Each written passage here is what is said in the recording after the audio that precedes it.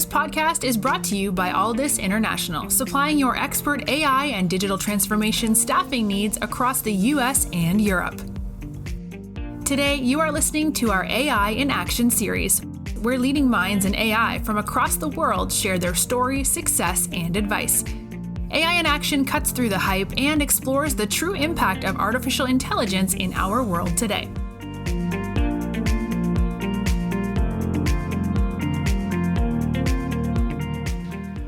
Hello everyone, you are welcome to the AI in Action podcast. You are listening to Mark Kelly, and today I've got Emmanuel Ranchin, VP of Information Protection Governance at State Street.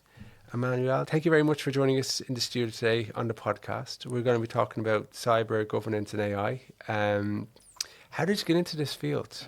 When you're 6 or 7 years of age, you say, I want to get into governance, cybersecurity. How did that happen? As a 6-7-year-old, I wanted to be an engineer, which led me to studying chemical engineering and doing a lot of very exciting work in physical chemistry. I won a scholarship to come to Trinity College, did a PhD, and found myself too qualified to work in chemistry. So I ended up working for Citibank as a program manager. And from there, worked a lot on process improvement, process design, and basically group finance, natural evolution. How do you run a company? And from there, it's really in my group finance roles that as a finance transformation, digital transformation program manager, I got more and more exposure about the risks. And cyber risk was at the time very unknown. It was accidents happen, but you didn't really manage it from the same perspective. Yeah. And about 6-7 years ago, through several roles in program management in financial institutions, I ended up joining State Street as an ISO. Initially, it was very much trying to do some tactical solutions to help for DLP prevention. But I realized there was a big framework there, and of course we know that over the past 10 years things have evolved so much, and that it required a structure and an approach that was much more, I would say, professional than a few techies in a dark room. Yeah. And I left State Street at the time after about a year because I got poached by a previous manager to do financial transformation, digital transformation for a bank in the UK. And when that project was finished, which involved a lot of cybersecurity elements as well, because I was the first one to bring AI technology in the bank, we digitalized all the operations, so we had to be very aware of the risks we were exposing the bank to. When that project finished, I came back to Dublin just as COVID struck. And after 18 months, 2 years working for Novartis Pharma, I rejoined State Street again as an ISO for the global delivery business. So this is the bread and butter of State Street: funds accounting, funds administration, providing advice to business around good cybersecurity practice, trying to be at the table where clients were coming in or third parties were engaged to ask us questions in terms of cybersecurity. And moved on to become ISO in the global technology services, so exposure to infrastructure, trying to rebuild the bank with a proper cyber approach. In the meantime, State Street organized itself under a fusion security operation model. So at the beginning of this year, I joined an offshoot of that team under the information protection governance remit. And what I learned and what was very satisfying for me was I now combine the process, the rigor of processes in the financial reporting industry to an area where cybersecurity was still very seen as a techie world issue, and we set up a couple of years ago a cyber defense center in Kilkenny, which is a 24/7 operation. We also have now one in Boston. Their operations where you would have had that in kind of the financial world, not so much in the techie world, apart from help desk, which is all outsourced. So within companies, the knowledge, the work practice have changed, have been outsourced a lot, and that knowledge of how do you do things right with a proper governance hat on, we find you have to restart that work and explore it further. So it's a good combination of what I've learned before, skills, and still fixing things. Is there a perception that this is all the techie geeks, the technologists, the guys that wear hoodies, solving these problems, and then there's silos, and it's kind of like the club. Yeah. And then, but the reality is that if there was more a culture of ownership around the world of cyber, we may not be getting as many hacks and breaches that we have. And there's an opportunity to try to reimagine what that could be. Absolutely. State Street has evolved dramatically to move away from that model, but looking around, it's still very much the case in a lot of companies or environments where it's all about the geeks. And you get those emails saying, don't click here, don't click that, but you have a cyber month, and then after that, you forget about it. Yeah. So that is still very much the trend out there, because it's still new. And I talk to CISOs who struggle to get cybersecurity at the board level and get the funding for that. So that is still something we need to educate people about and move away from. Silos are everywhere in all companies. People really care about what they do, what they own, and then after that they don't really understand the consequences or the impact. So we have a lot of work to do there. The key word really is accountability. And in my current role in program, we started late last year around information protection governance. We are there to be the coach, to be the proponent of compliance standards, policies with a cybersecurity approach, but really educate people and force the process to actually work and deliver with a cybersecurity element. So it's more an idea of partnership. When I was an ISO, I was known as Dr. No, because you also always said no to people. But we have to move away from that, because at the end of the day, revenue generating functions need to be out there. We need to talk to clients. We need to onboard third parties. We need to have the same level of technical business conversations with a cybersecurity flavor as a profit-generating flavor. Yeah. And it's very hard, because at the same time, you're correct, the landscape is evolving, the threats are increasing every day. AI is now just as used for good as bad purposes. And there's this arms race we have to try and keep pace with. But if you have cybersecurity culture of awareness, of engagement, and the accountability, which is really doing things right, taking care of your patching, having the right controls in your business.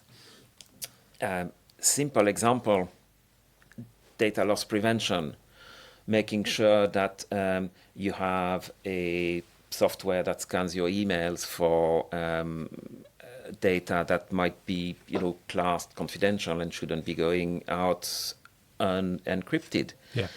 So that's a business issue. But having the awareness that should we really have something that protects us from divulging our information to the outside, having somebody you can talk to on the technical side for tooling, but on the control side, on the governance, within cybersecurity makes everybody more aware of what is right and what doesn't feel correct. And it is very easy to say, this is a box ticked. We've done Cyber Month. Everyone's had high success. We've ran a Net Promoter Score survey afterwards, ticked up, and then you just forget about it. Yeah.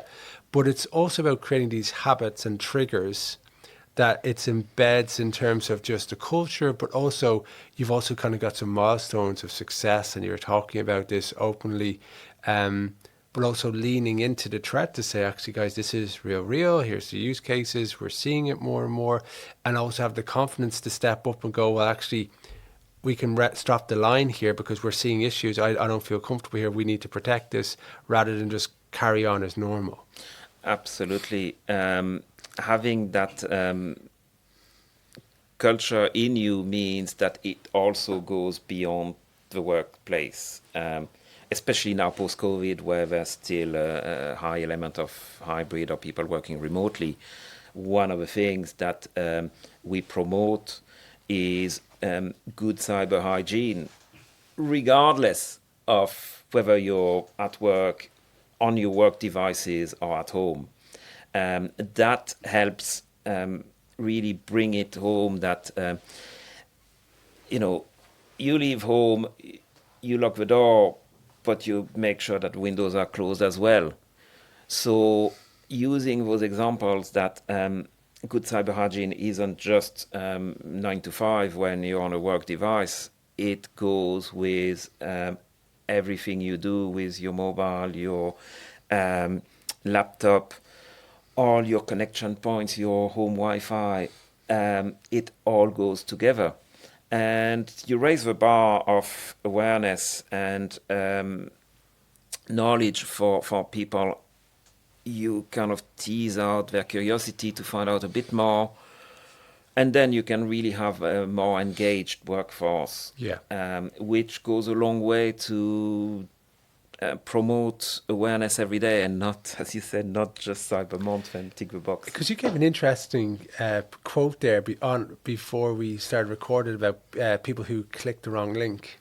Yes. Was it 60 something? Oh, it's over 80%, 90% of attacks can be traced to a phishing,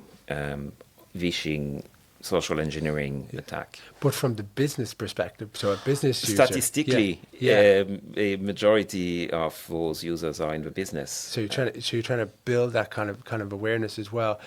For you talked about coming to Trinity, getting a PhD, being overqualified for the profession you studied in.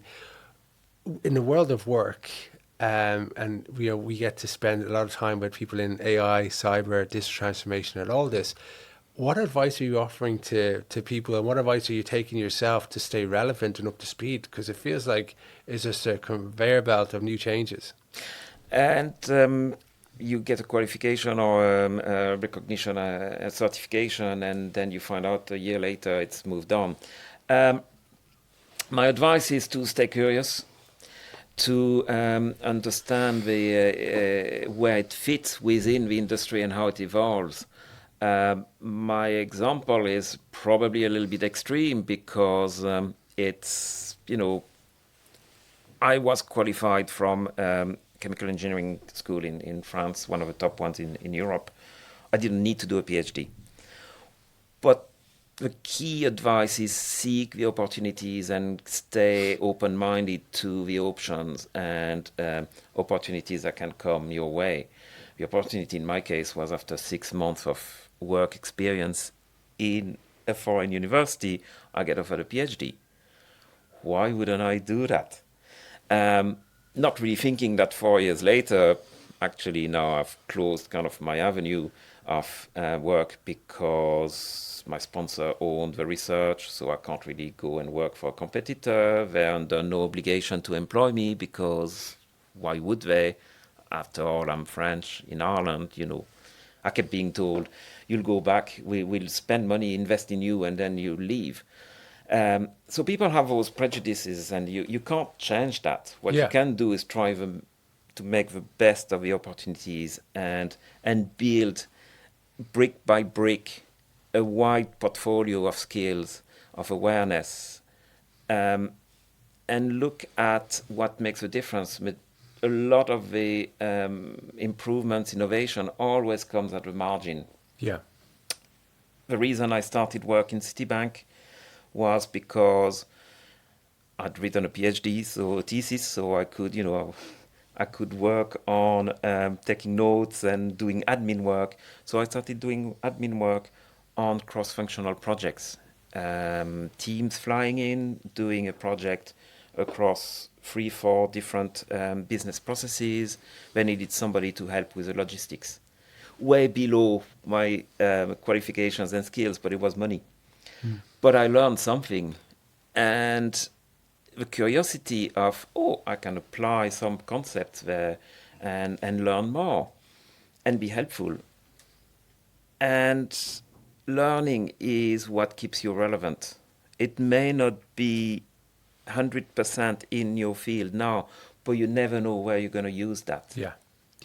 And I think that's something I got from the science, from the research. I would be of a kind to think you may not know where you're going, but where you'll end up. But by following the process, you will acquire something that is bound to be useful at some stage. Very, very good foundation. Yes. For problem solving, systems and processes, the people side. And then if you've got that foundational knowledge, but then you can speak the simple 12-year-old speak, then you can start to bring people in where we've all been around a person who's a genius, but outside of winning the hearts and minds, struggle because there's a communication gap. Absolutely. That's exactly how I got new roles, how I was very effective and achieved a lot of success in my programs. I would be sitting around table of chairman, CEO, chief accountant, chief risk officer, and explain my process. This is what we're selling you. You have to follow this process. And people would say, well, why would we... I don't pretend I know your job, but I know a way you can all work together and we can all benefit from what we're trying to achieve. Yeah. The example of being able to explain something complicated to a 12-year-old. In my role with experience of a company and senior enough, I do get asked at times to sit in on panels for interviews for new candidates. And one of my favorite questions, when the interview is nearly finished and you open up in the cybersecurity or technical realm is, explain cloud to a 5-year-old. And, take your time. There's really no right or wrong answer. But how would you explain the cloud to your nephew or niece? And how people get to the answer teaches you a lot about their mental agility, their curiosity, the ability to problem solve. AI is still a long way from problem solving on a topic that's totally alien or comes left field. These are the roles combined with emotional intelligence and the people aspect. These are the roles that will shine through in the next 5-10 years as a result of people becoming less socially able after COVID, trainees or young graduates now having had their studies disrupted by all this, new ways of teaching. There's a lot of things that have changed that mean emotional intelligence is not as promoted as it would have been. When I did my MBA in Warwick, we had classes from the Royal Shakespeare Company, and we had to recite corporate policies as an actor would on a stage.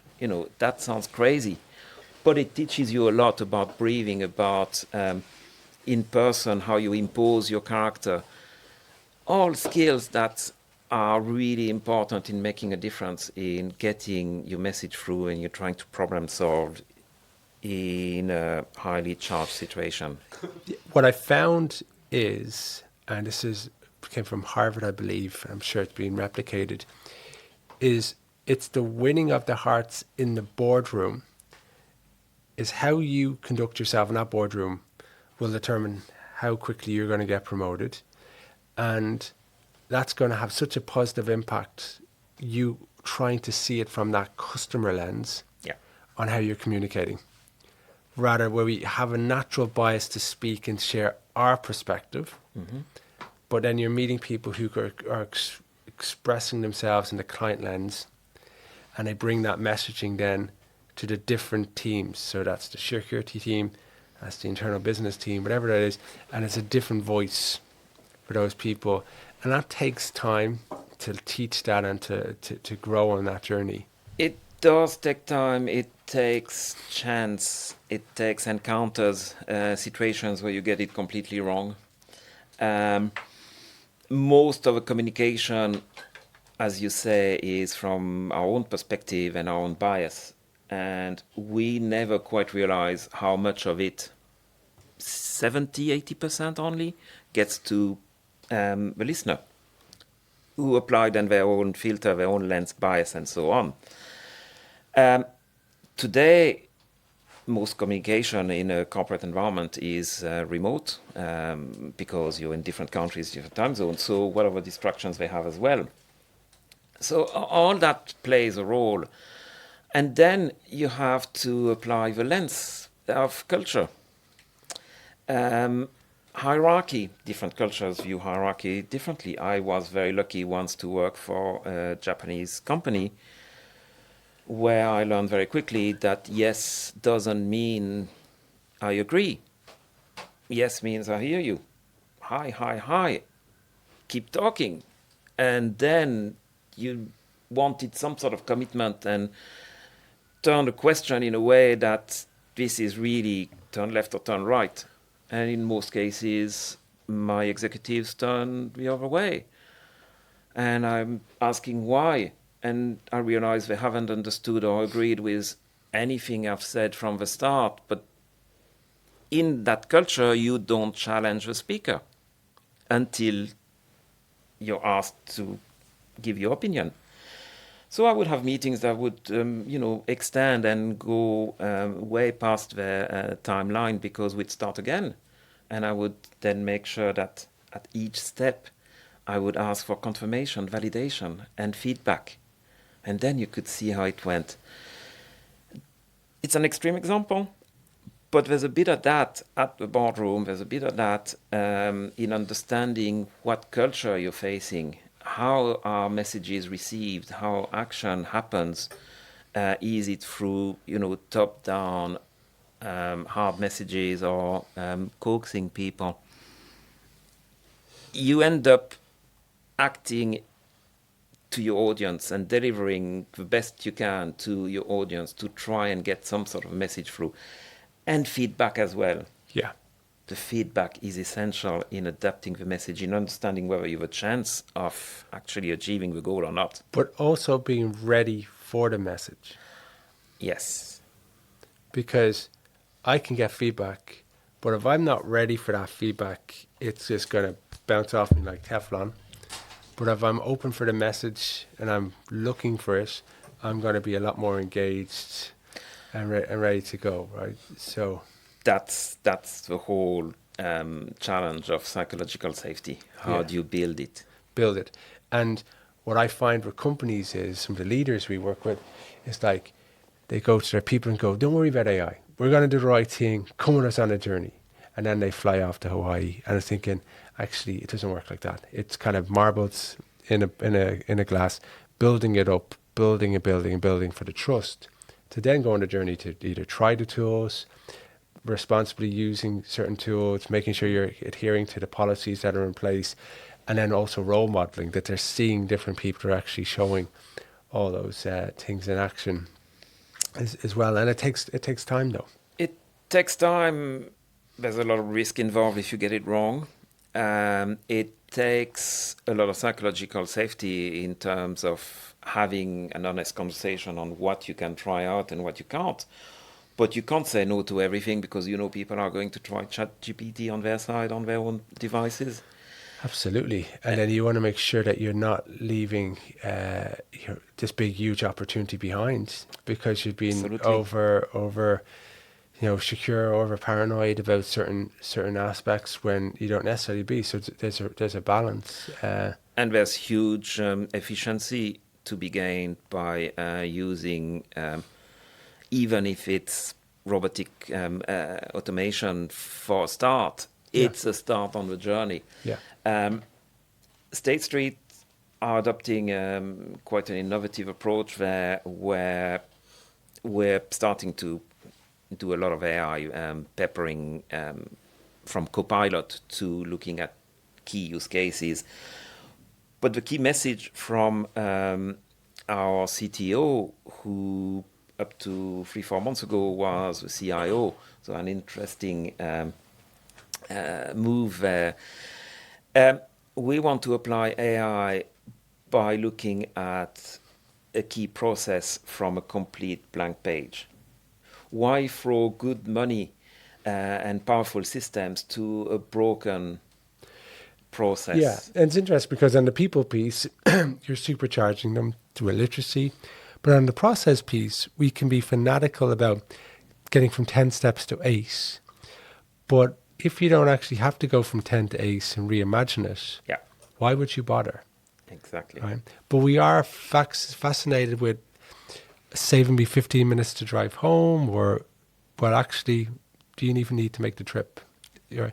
So it is one for, how I class it is a perspective. Yes. Right? Where I like people to walk in and kind of go, actually, yes, we can look at people, yes, we can look at processes, but how could we reimagine the perspective of what we're doing because of this once in a lifetime technology change? What can we actually do?